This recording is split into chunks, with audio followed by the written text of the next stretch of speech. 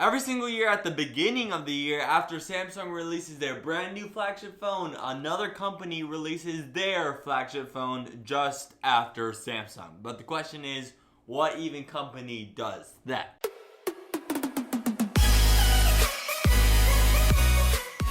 If you still don't know what I'm talking about with how after a Samsung releases their flagship, another company comes in and releases their flagship. Last year, it was the Samsung S8, of course, and the LG G6. You remember like a G6? Yeah, alright, whatever.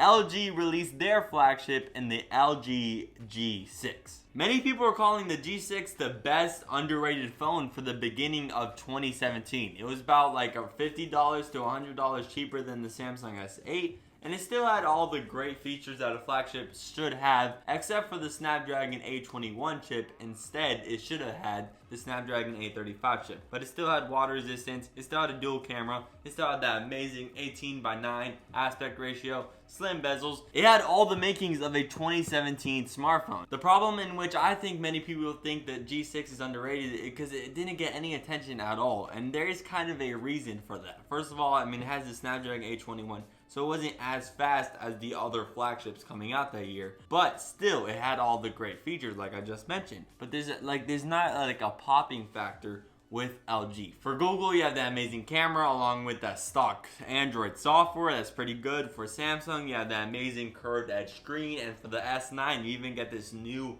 dual aperture camera that switches from 1.5 aperture to 2.4 depending on the software setting that it sees. I mean, that's innovative right there. In the iPhone, you got this huge notch which has gotten a lot of controversy. You got an emoji. There's other features on other flagships that pop out. You got the OnePlus 5T for the cheap price for the 18:9 aspect ratio. You could go on and on about phones that have been getting a lot of attention, and the LG G6 did not get a lot of attention at all because there's not really any innovational features on the G6, and it's kind of looking like that on the G7. To be completely honest with you, we're still in the rumor stage right now. It's not even going to release reportedly until May. That's right, it usually releases right after the S9, but this time, I don't know, LG's delaying it so they could, perfect it. I don't know what's going on in the LG company. You gotta talk to the higher officials over there. But it's gonna release around April or May, and now they're already in March. As you can see, it's not on its normal release schedule. But when I was talking about the rumors for the Samsung S9, I did mention that the cameras were gonna have an aperture of 1.5 and 2.4.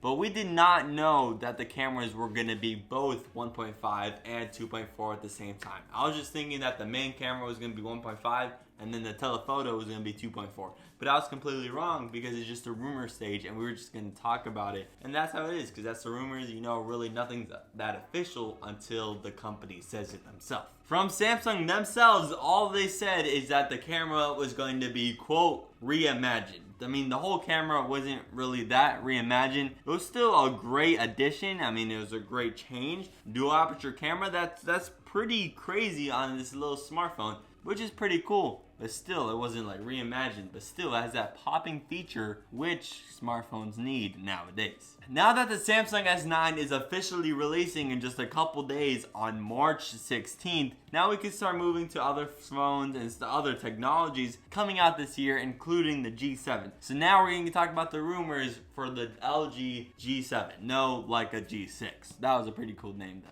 Last year, like I just said, even though it released around the same time as the latest Samsung flagship, it did not have the same processor as the Samsung flagship. It had the Snapdragon 821, while the Samsung flagship and any other flagship coming out later that year had the Snapdragon 835. So LG is making it correct this time and putting the Snapdragon 845 chip in there, which is going to catch it up as the same specs as any other Android flagship coming out in 2018. Another improvement that LG is going to add from the G7 over the G6 is an OLED display. And do you know what OLED displays mean?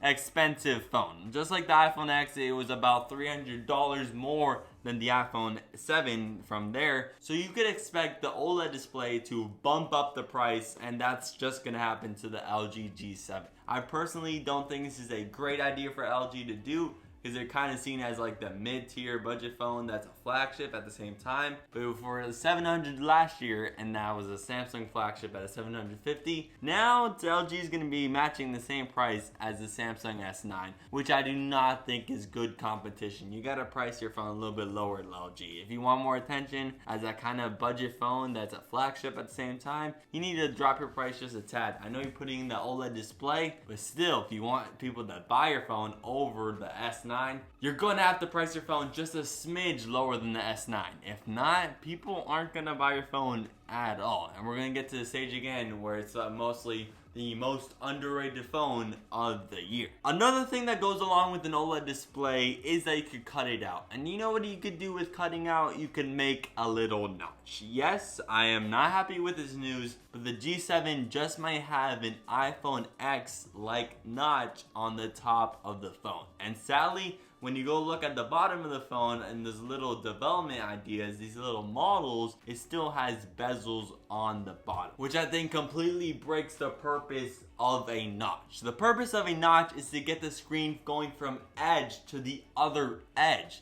But with the G7, it still has a bezel on the bottom, so you're not accomplishing the edge to the other edge purpose. That's why the iPhone X has a notch. If Apple were to put a bezel on the bottom, I can tell you right now, it wasn't going to have a notch. For me, the notch isn't really that big of an issue. I had the iPhone X, I use it daily. The notch doesn't really come by as an issue, more of a plus. But like other Android companies using the notch, many people don't like the notch out there, and it kind of just like blatantly copying the iPhone X so it could look like the iPhone X, so people can actually look at it and say, oh, that's the iPhone X, I'm gonna buy it. Well, no, I mean, you can't really trick people like that. At least S9 still has their own thing with its own popping thing with the curved edges, and the Google Pixel 2 with kind of like the panda look. That's all unique. That's all unique. And the iPhone X had the notch, which was their unique. Whether that be good or bad, that's your decision. But still, the notch is something unique, and you shouldn't really take that away from a company. I know that's just nitpicking right there, but still, you really shouldn't make a notch if you're just gonna keep a bezel on the bottom. If you're going to make a notch, make it edge to the other